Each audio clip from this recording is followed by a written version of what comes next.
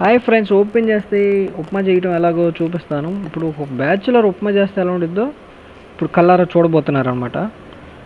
ముందుగా స్టవ్ వేసి దాంట్లో ఫ్రీడమ్ ఆయిల్ కొంచెం పోయండి. ఇది ప్యాకెట్లో అది అయిపోయింది అనమాట, సరిపోలేదు. అందుకని మనం ప్లానింగ్ చేయాలన్నమాట. ప్లానింగ్ ముఖ్యం. ఒక డబ్బాలో ఉందన్నమాట ఆయిల్, దాన్ని తీసి పోసేసాం అనమాట. ఒక మెల్లగా కొంచెం కొంచెం అని చాలు తీసి పక్కన పెట్టుకోవాలి. పెట్టుకున్న తర్వాత కొంచెం హైలో పెట్టుకుంటే కాసేపటికి ఆయిల్ కాగిద్ది.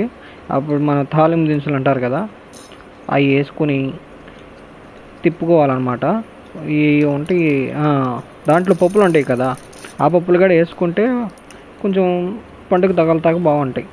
అండ్ జీడిపప్పులు ఉన్నాయి, ఆ జీడిపప్పులు వేసేయండి. వేసేసి గరిటె పట్టుకుని తిప్పండి, అటు ఇటు ఇటు తిప్ప.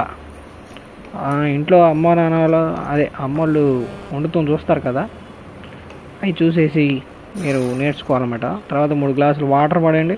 తర్వాత కొంచెం సాల్ట్ పడేయండి. సాల్ట్ ఎందుకంటే టేస్ట్ కోసం. ఇంకా తిప్పేయండి అంతే. తిప్పేయండి, కాసేపటికి హీట్ అయిద్ది.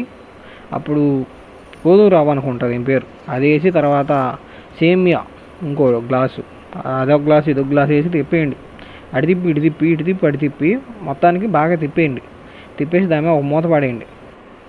మూత పడేసి కాసేపు చూడంగానే ఉప్మా రెడీ అయిపోద్ది అనమాట. ఇంకా మీరేం చేయాలి, మూత పెట్టేసి ఒక 2-3 నిమిషాలు ఆగిన తర్వాత ప్లేట్లో పెట్టుకుని షుగర్ వేసుకొని, అర్థమైందా? షుగర్ 1 స్పూన్ కాదు, 2-3 స్పూన్లు వేసుకోండి, పర్లేదు, ఏం కాదు. ఈ వయసులో తినాలి, వేరే వయసులో తినరు. ఆటగాళ్ళు తెలుసుగా, ఆ వయసులో తినకూడదు, ఈ వయసులోనే తినాలి.